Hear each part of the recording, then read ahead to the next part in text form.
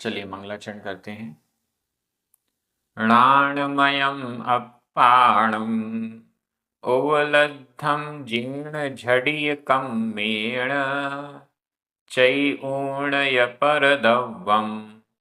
नमो नमो तस्य देवस्य। बोलिए श्री खजानाथ शांतिनाथ भगवान की जय। आचार्य श्री कुंद कुंद स्वामी की जय। आचार्य गुरुवर विद्यासागर समय सागर जी महाराज की जय। मुनि पुंगव श्री 108 सुधा सागर जी महाराज। हम सभी बड़े ही सौभाग्यशाली हैं जो हमें आचार्य कुंद कुंद स्वामी के महान ग्रंथ अट्ठपहाड़ के अध्ययन का अवसर मिल रहा है। छठवां मोक्ष प्रावृत चल रहा है।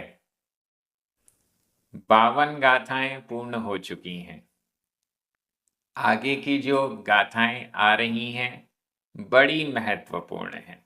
आज हम 2 गाथाओं का अध्ययन करेंगे, क्रमशः गाथा क्रमांक 53 और 54। दोनों गाथाएं बहुत अच्छी हैं। साधु होते हुए भी अज्ञानी कहा जा रहा है किस परिस्थिति में। बहुत बढ़िया, बहुत गहराई जैन दर्शन की यहाँ पर प्रकट हो रही है। आचार्य कुंद कुंद स्वामी जिनको अज्ञानी कह रहे हैं, हम भी उनको अज्ञानी कहें ये तो संभव नहीं है। देखते हैं गाथा में, देखते हैं कैसी चर्चा आ रही है और फिर उस पर हमारा क्या एज अ श्रावक हम उस पर क्या आगे प्रतिक्रिया कर सकते हैं। बहुत अच्छी गाथा है। गाथा क्रमांक 53। उच्चारक उग्ग, उग्ग आधा का पूरा गा, उग्ग तवेण, तवेण तवे तक बोलें, फिर णणाणी, णणाणी आधणा पूरा णा, णणाणी तवेणणाणी, उग्ग तवेणणाणी। थोड़ा सा प्रयास कीजिएगा। उग्ग तवेणणाणी।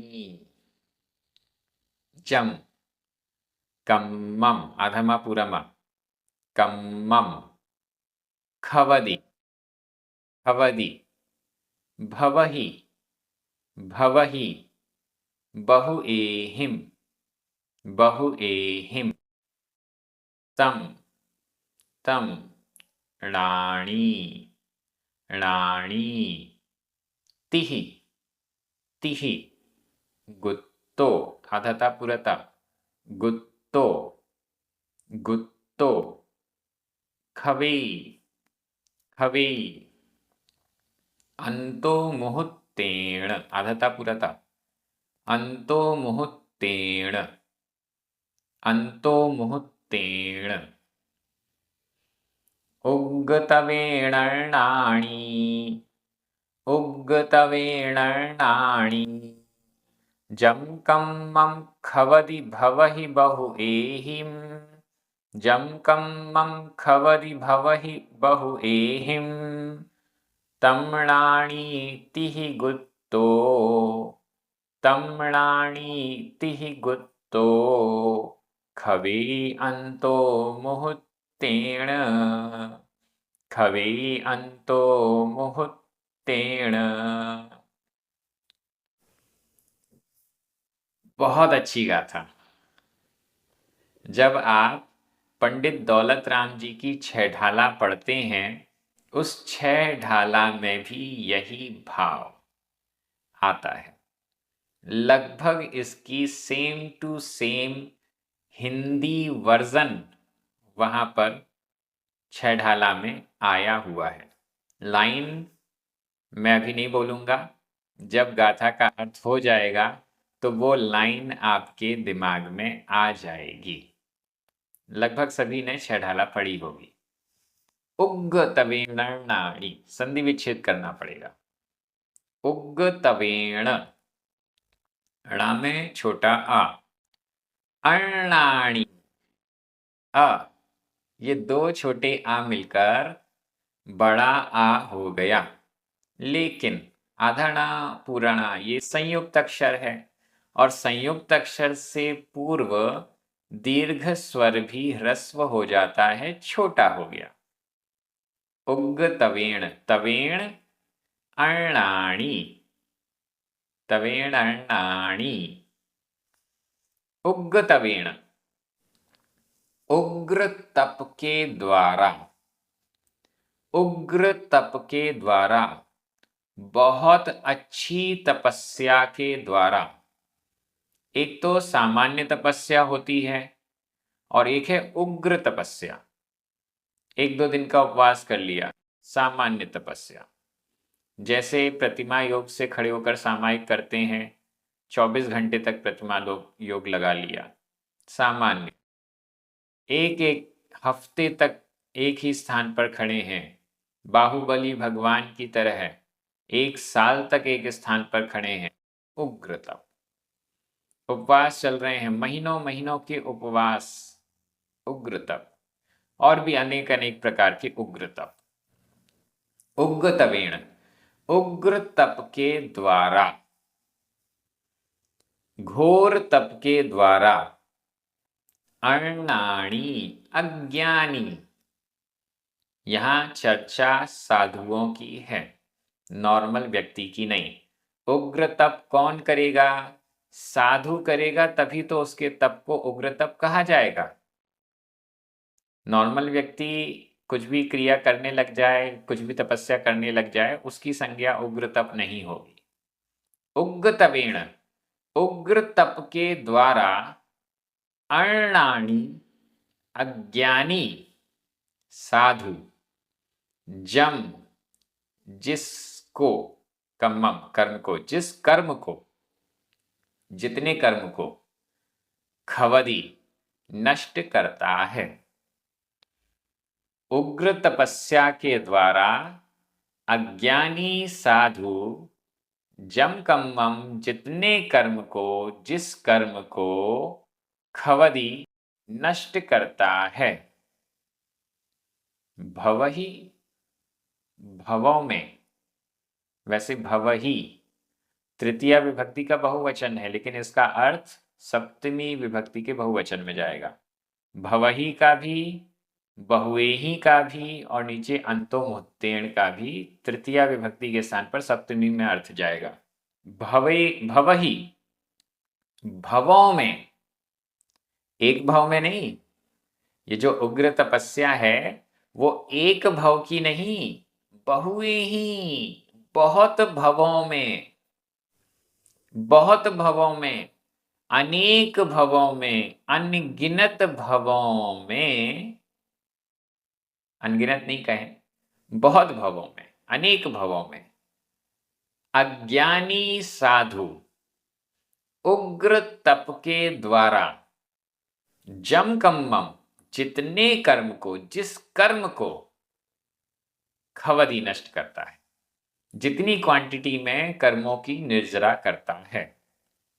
बहुए ही भवही, बहुत सारे भवों में, जितने कर्मों की निर्जरा उग्र तपस्या करके एक अज्ञानी साधु करता है, तम उतनी, जम जितनी, जितने कर्मों की क्षय, जितने कर्मों की निर्जरा, जितने कर्मों का क्षय, तम उतनी, राणी ज्ञानी, ज्ञानी साधु, अज्ञानी साधु, ज्ञानी साधु। श्रावक की चर्चा नहीं है, नहीं तो हम ज्ञानी और अज्ञानी से ज्ञानी श्रावक, अज्ञानी श्रावक अर्थ ले लें, ऐसा अर्थ नहीं है। श्रावक तपस्या नहीं करते, उग्र तपस्या तो बिल्कुल भी नहीं करते, नॉर्मल छोटा मोटा करते हैं। तम उतने कर्म को राणी ज्ञानी साधु, कैसा ज्ञानी साधु है? तिहि गुत्तो, तिहि तीन के द्वारा, तिहि यहां पर भी तिहि में ता में बड़ी ई की मात्रा होनी चाहिए, लेकिन गाथा में जो वर्ण मात्राएं हैं उन मात्राओं की गिनती को पूरा करने के लिए उसकी जो बड़ी ई की मात्रा उसको छोटा करना पड़ा। तिहि तीन के द्वारा। कौन तीन के द्वारा? किन तीन से? तीनों से। गुप्तो गुप्त, तीनों से गुप्त, मन वचन और काय से जो गुप्त है, ऐसा राणी, ऐसा ज्ञानी साधु। तम, उतने कर्म को, ऐसा ज्ञानी साधु जो कि ती गुप्तो, तीन गुप्तियों से सहित है। गुप्तो गुप्त, गुप्ती से सहित, गुप्त, तिही, तीन के द्वारा, मन वचन काय, इन तीनों के द्वारा गुप्तो गुप्त है। मतलब मनोगुप्ती, वचन गुप्ती और काय गुप्ती से सहित है, ऐसा नाणी ज्ञानी साधु तम, उतने कर्म को खवई, नष्ट करता है। खवदी नष्ट करता है, खवेई नष्ट करता है।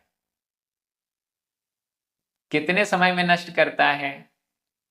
अज्ञानी तो भवहि बहुविहीन, और राणी ज्ञानी साधु अंतो मुहूर्तेण, अंतर मुहूर्त में। अंतर मुहूर्त में, एक मुहूर्त होता है 48 मिनट का, 48 मिनट का। अंतर मुहूर्त मतलब 48 मिनट से भी कम। अंतर मुहूर्त स्टार्ट हो जाता है एक आवली प्लस एक समय से, और चलता है 48 मिनट माइनस एक समय तक। मतलब हमने जितनी देर में पलक झपक ली, उतनी देर से अंतर मुहूर्त स्टार्ट हुआ और 48 मिनट तक चलेगा। इसे कहेंगे अंतर मुहूर्त। अंतर मुहूर्त में इतने कर्मों की निर्जरा हो जाती कर देता है। अगर यहाँ हम अंतर मुहूर्त को मैक्सिमम वाला भी ले रहे हैं, 48 मिनट माइनस एक समय वाला भी ले रहे हैं, और करोड़ों भव, बहुए ही भवे ही, बहुत से अनेक भवों में की जाने वाली कर्म निर्जरा को हम ले रहे हैं, वहां तो इतना समय है, इतना उग्र तप किया जा रहा है।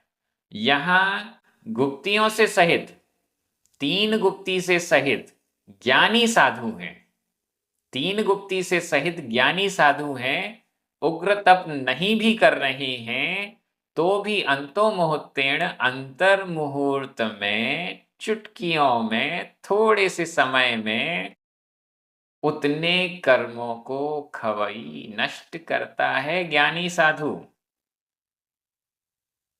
उतने समय में तीन गुप्तियों से सहित वाला जो ज्ञानी साधु है, उतने समय में, अंतर मुहूर्त मात्र समय में उतने कर्मों को नष्ट करता है।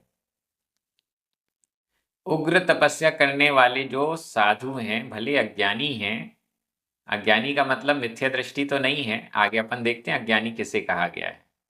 मिथ्या दृष्टि मत मानिएगा, हर जगह अज्ञानी शब्द का अर्थ भी अलग अलग हो रहा है। ज्ञानी शब्द का अलग अलग अलग अर्थ हो रहा है।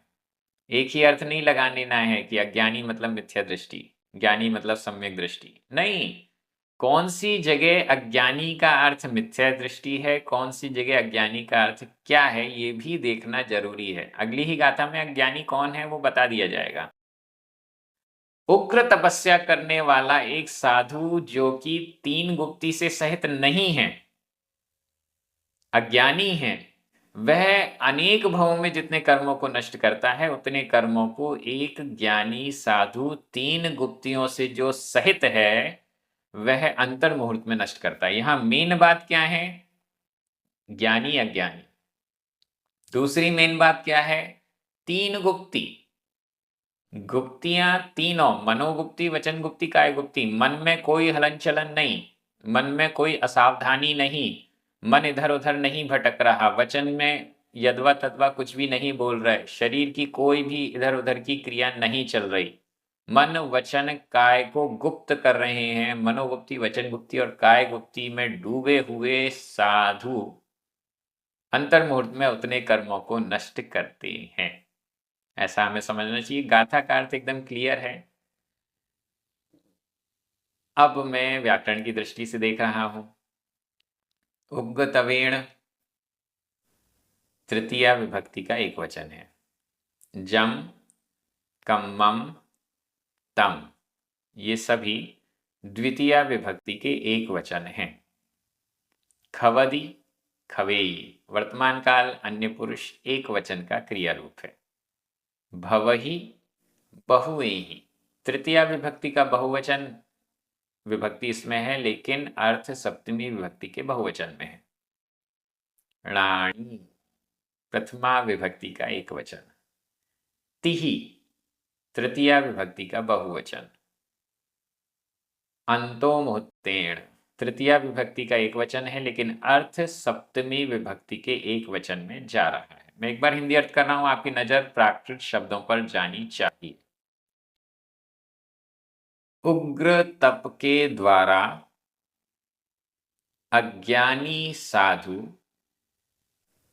बहुत भवों में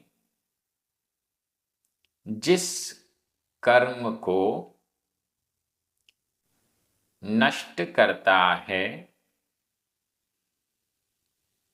ज्ञानी साधु तीनों गुप्तियों से सहित उतने कर्म को या उसको अंतर मुहूर्त में नष्ट करता है। बहुत अच्छी गाथा। अगली गाथा अज्ञानी साधु कौन है वो जरूर पढ़ लीजिए, नहीं तो कुछ का कुछ हम समझ जाएंगे। अगली गाथा में चलते हैं। गाथा क्रमांक 54। उच्चारण। सुह सुह जो एण सुह जो एण सुभावम सुभावम पर दव्वे आधा वा पूरा वा पर दव्वे पर दव्वे कुणई कुणई राग दो साहू साहू सो सो तेण तेण दु दु अण्णाणी आधणा पूरण अण्णाणी णाणी एत्तो आधाता पुरता एत्तो दु विवरीयो विवरीयो सुहजो एण सुभावम सुहजो एण सुभावम परदव्ये कुणैराग दो साहू परदव्ये कुणैराग दो साहू सोतेण दु अण्णाणी सोतेण दु अण्णाणी णाणी एत्तो दु विवरीयो णाणी एत्तो दु विवरीयो सो तेण दु अण्णाणी सो यानी वह तेण उस कारण से दु निश्चित रूप से अण्णाणी अज्ञानी है। साहू शब्द लिखा कि नहीं? हाँ लिखा है ना। देखिए आचार्य कुंद कुंद स्वामी किसको अज्ञानी कह रहे हैं, किस साधु को अज्ञानी कह रहे हैं। साहू शब्द दूसरे चरण के लास्ट में सो साहू वह साधु तेण उस कारण से अण्णाणी अज्ञानी है। वह साधु उस कारण से अण्णाणी अज्ञानी है। कारण ऊपर वाली लाइन में बताया है, वो हम पढ़ेंगे। वह साधु उस कारण से अण्णाणी अज्ञानी है। किस कारण से अज्ञानी है? सुहजोएण सुहजोएण शुभ योग से शुभ योग से शुभ योग के कारण। बस एक ही शब्द भी अगर हम पढ़ते हैं तो हमारी आंखें खुल जानी चाहिए। शुभ योग से जो सहित है, शुभ योग के कारण तेण उस कारण से क्या कारण है? सुहजोएण, शुभ योग के कारण। शुभ योग के कारण साधु अनाड़ी अज्ञानी है। अगर साधु, अगर मुनिराज अपने आत्म ध्यान में नहीं डूब रहे हैं, शुद्ध भाव की ओर नहीं है, शुद्ध भाव में नहीं है, शुद्धोपयोग में नहीं है, तो आचार्य कुंकुन स्वामी उनको शुभ उपयोग के कारण अनाड़ी अज्ञानी कह रहे हैं।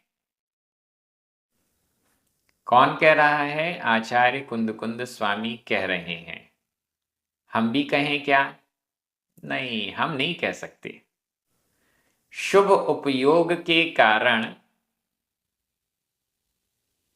सुभावम, स्वभाव में, स्वभाव को, सुभावम स्वभाव को जो साधु कुणई करता है, परद्रव्य में कुणई करता है,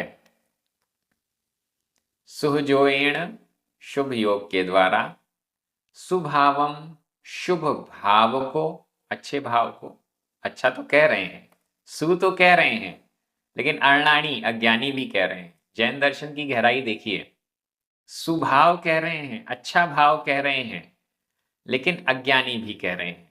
क्यों अज्ञानी कह रहे हैं? परद्रव्य में सुभावम, परद्रव्य में सुभाव किया जा रहा है, परद्रव्य में शुभ भाव किया जा रहा है, इसलिए अनाड़ी अज्ञानी कहा जा रहा है साधु को, श्रावक को नहीं। ये उपदेश श्रावक के लिए नहीं है, ये उपदेश साधु के लिए है। क्यों अज्ञानी कहा जा रहा है? हे साधु, आप तो मोक्ष प्राप्त करने के लिए साधु बने हैं।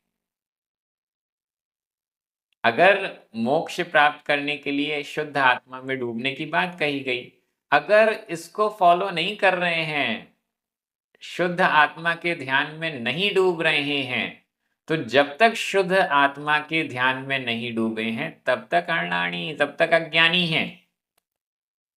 जब डूब जाएंगे तो ज्ञानी हो जाएंगे। जब तक अपने शुद्ध आत्मा के ध्यान में नहीं डूबे हैं तब तक अनाड़ी अज्ञानी हैं। ये गाथा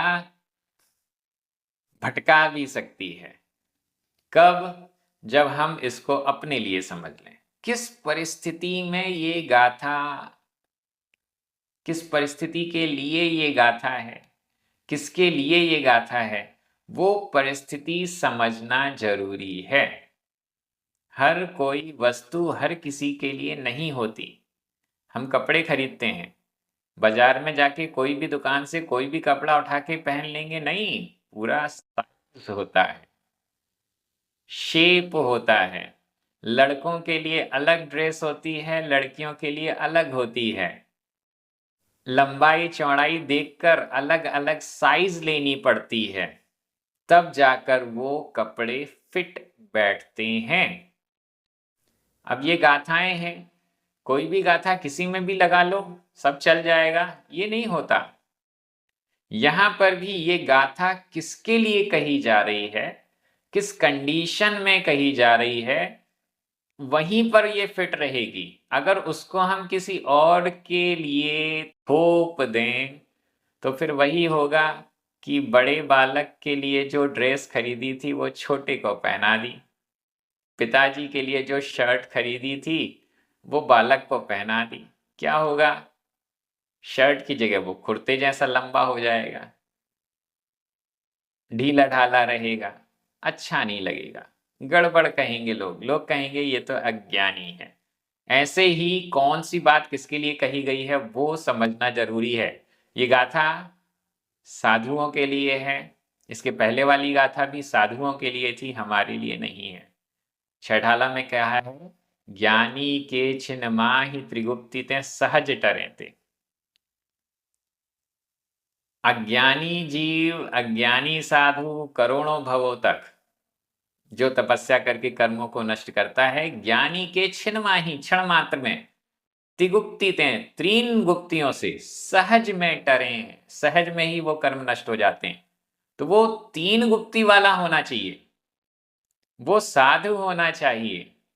अज्ञानी साधु जो अपनी शुद्ध आत्मा में नहीं डूबा है, परद्रव्य परद्रव्य में सुभावम शुभ भाव कोणई करता है, सुहजोएण शुभ योग के कारण, ऐसे साधु को अज्ञानी कहा। और यह अज्ञानी साधु जितने कर्मों की निर्जरा कर रहा है, कर्मों की निर्जरा तो कर रहा है, लेकिन अगर ये इस अज्ञान को हटाकर ज्ञान अवस्था में आ जाए, तीन गुप्तियों वाला हो जाए साधु, तो उतने ही कर्म जो करोड़ों भवों में नष्ट किए गए उग्र तपस्या करके, वो सहज में नष्ट हो जाएंगे।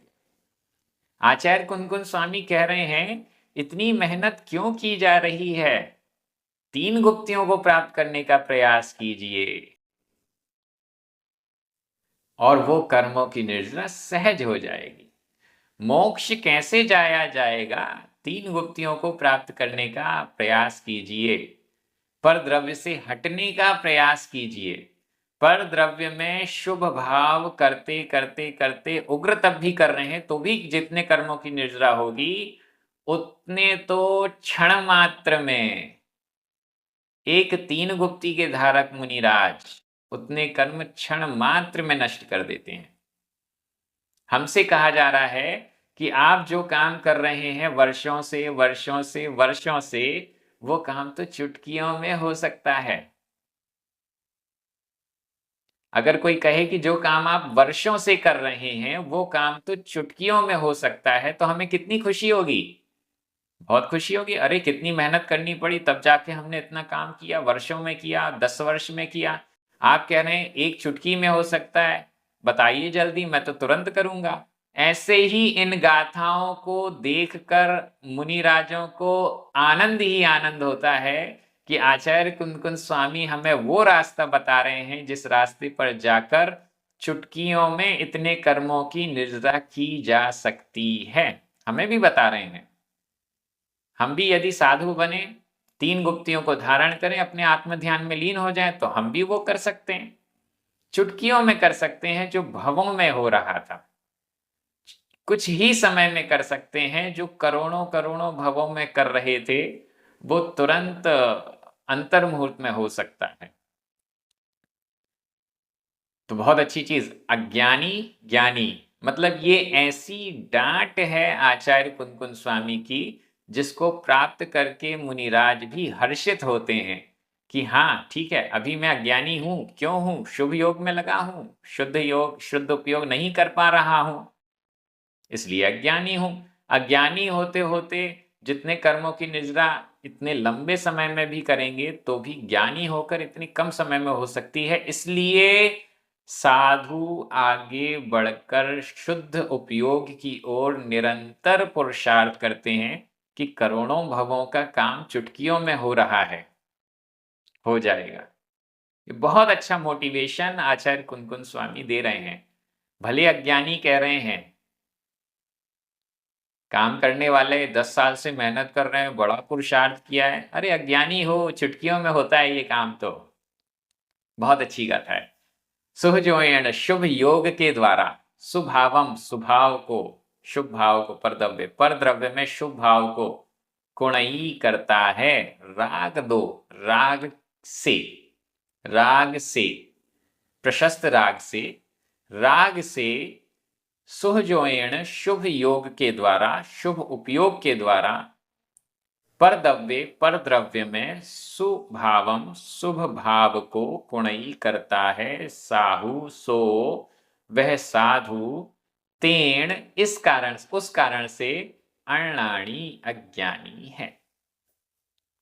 परद्रव्य में शुभ भाव को कर रहा है राग के कारण, शुभ योग से, तेण इस कारण से, सो साहु वह साधु, अण्णाणी अज्ञानी है, और अण्णाणी ज्ञानी, एतो इससे, दू परंतु अण्णाणी ज्ञानी एतो उससे, इससे, विपरीयो विपरीत होता है। ज्ञानी साधु शुभ योग के कारण परद्रव्य में शुभ भाव को नहीं करता है, राग से दूर रहता है, राग नहीं करता है, शुभ भाव नहीं करता है, शुद्ध भाव में जाने का प्रयास करता है, शुद्ध उपयोग में जाने का प्रयास करता है। 3 गुप्तियों के द्वारा वो अपने योग को ही रोक लेता है। शुभ योग, अच्छा योग, अच्छी क्रियाएं, अच्छा मन, अच्छा वचन, अच्छा काय, इनकी क्रिया। लेकिन शुद्ध योग, 3 गुप्तियां, मन की कोई क्रिया नहीं, ना अशुभ ना शुभ, वचन की कोई क्रिया नहीं, ना अशुभ ना शुभ, काय की कोई क्रिया नहीं, ना अशुभ ना शुभ। जो इस मन वचन काय को गुप्त कर लेते हैं साधु, शुभ अशुभ से छूटकर शुद्ध में पहुंच जाते हैं, वो सहज में अंतर मुहूर्त में इतने सारे कर्मों को नष्ट करते हैं। मुझे लगता है ये दोनों गाथाएं मिलाकर बहुत बड़ी बात आज आचार्य कुंद स्वामी के द्वारा हमें प्राप्त हुई है। व्याकरण की दृष्टि से देखते हैं। सुहजोएण तेण, ये दोनों ही तृतीया विभक्ति के एक वचन है। सुभावम द्वितीया विभक्ति का एक वचन है। परदव्ये सप्तमी विभक्ति का एक वचन है। कुणई वर्तमान काल अन्य पुरुष एक वचन का क्रिया रूप है। राग दो, एत्तो, ये दोनों ही पंचमी विभक्ति के एक वचन है। एक्चुअली इसमें पंचमी विभक्ति के अर्थ वाला प्रत्यय जुड़ा हुआ है। साहु, सो, अणाणी, णाणी, विव्रियो, ये सभी प्रथमा विभक्ति के एक वचन है। 2 बार आया दु, अव्यय है। मैं एक बार हिंदी अर्थ कर रहा हूं, आपकी नजर प्राकृत शब्दों पर जानी चाहिए। शुभ योग के द्वारा राग से परद्रव्य में शुभ भाव को जो करता है, उस कारण से वह साधु अज्ञानी है। ज्ञानी साधु तो इससे विपरीत होता है।